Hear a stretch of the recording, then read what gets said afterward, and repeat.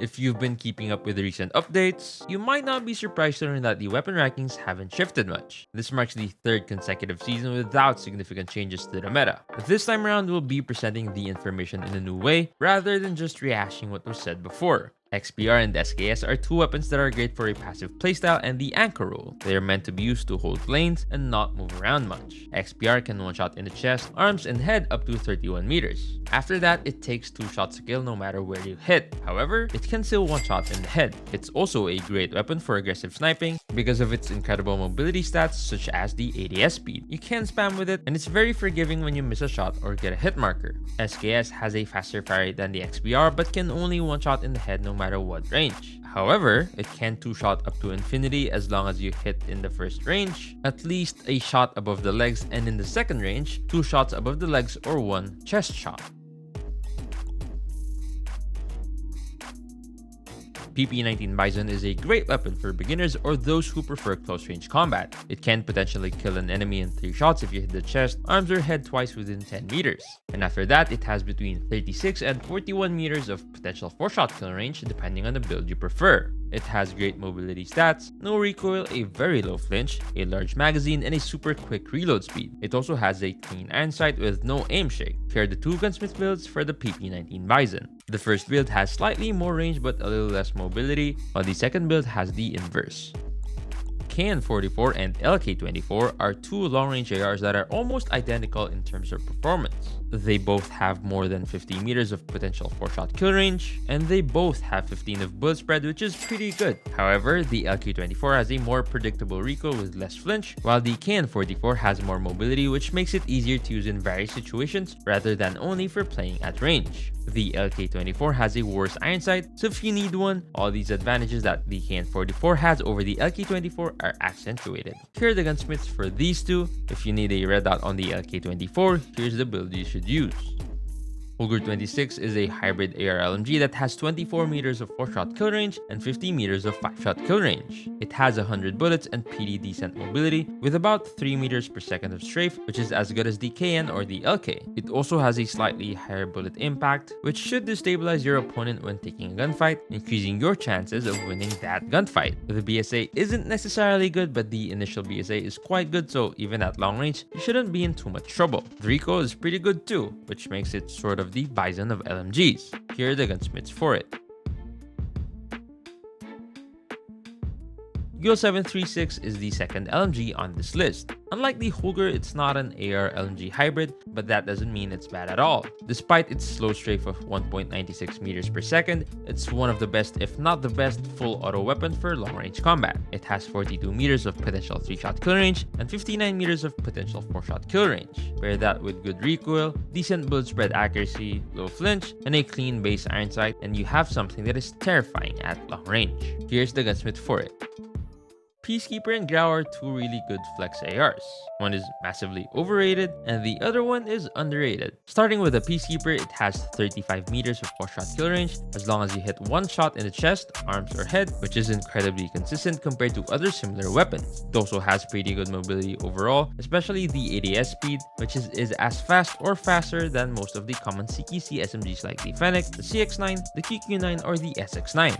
It also has a really good bullet spread accuracy close to what we have with the UL 736, and the lowest flinch I was able to find in the game with 0.38. It has 40 bullets with less than a second of reload time, which is something you won't find anywhere on any other weapon with its typical gunsmith. The catch is it has a pretty obstructive iron sight and one of the weirdest recoil patterns, and to control it, you'd have to move your finger like if you were throwing an S but inverted. Now for the Grau, we have 19 meters of consistent 4-shot kill range, 29 meters of potential 4-shot kill range if you can get a headshot or 2 chest or upper arm shots, and 44 meters of 5-shot kill range. In terms of mobility, it's pretty good but slightly worse than the Peacekeeper everywhere. The huge advantage of the Grau is that it has 60 bullets, a clean iron sight, and pretty much no recoil at all. Here are the gunsmiths for the Grau. You can try the first one, which is the basic flex build, or you can go with the second one, which is a bit more passive but does the job well. Here's the gunsmith for the Peacekeeper. Kilo 141 and Krig 6 are pretty much the same. They have a bullet spread accuracy of 17.1 and 17, a 4-shot kill range of 31 and 33 meters, and almost equal mobility by less than 1% on every type of movement speed. The ADS speed is 10 milliseconds different, and they have the same mag size and a reload time only different by 0.05 seconds. The flinch is also super close with 0.6 and 0.71. The only big differences are that the Krig can 5-shot up to infinity, while the Kilo can only up to 55 meters, and that the recoil pattern is a bit harder to control for the Krig than the Kilo. Lastly, the Krig is unusable without a red dot except if you have the mythic version, and even with the red dot, it feels quite shaky. Here are the gunsmiths for these two. Try both of them to pick your favorite, but they both serve the exact same purpose. QQ9, Fennec, and CX9 are the 3 main SMGs that serve the same purpose and do it the same way. They all have an effective range of about 22 meters with great mobility and fast fire rate. The Fennec and the CX9 have the fastest fire rate with more than 1000 RPM. The QQ9 is the easiest to use with less recoil. It's also the only one that maintains its fastest time to kill in the second range, while for the CX9 and the Fennec, it drops after the first range while still being fast enough. But the CX9 and the Fennec are easier to use under the 10 meter mark, which thanks to their fire rate, missing a shot is less punishing. Here are the gunsmiths for all of them.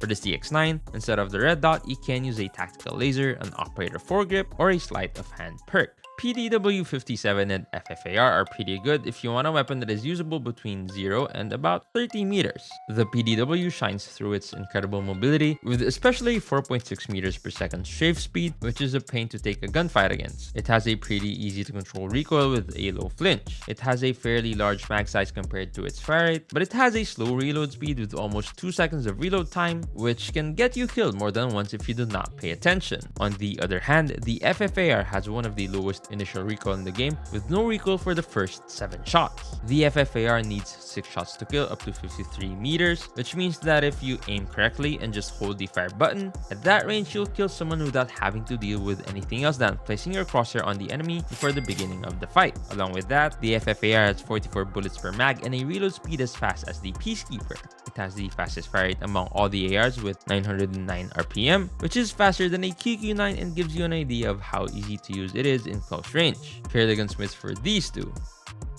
For the PDW57, instead of the laser, which I equipped just to fill in all the slots available, you can use the red dot because I know a lot of people that like to use one on the PDW, or you can use the sleight of hand perk because, as I said, it doesn't reload quickly at all. And at the number 1 spot, we have, without any surprise, the HVK30 again. It has one of the fastest time to kill among all the weapons at all ranges, being capable of defeating a Fennec in close range, a Peacekeeper in mid range, and a UL736 at long range. Hitting the head once, no matter the range, will drastically decrease the time to kill. It has the fastest mobility compared to anything capable of its range performances, pretty much no flinch, and depending on the build you are using, it has at least a decent bullet spread accuracy, but it can be just as good as what we have on the LK24 by just changing one attachment from the aggressive build. There are only 2 problems with this weapon: the magazine size, which is only 28 bullets per mag, and second, the recoil, which is the same pattern as the Peacekeeper but slightly flattened. Here are the 2 main builds for the HVK30.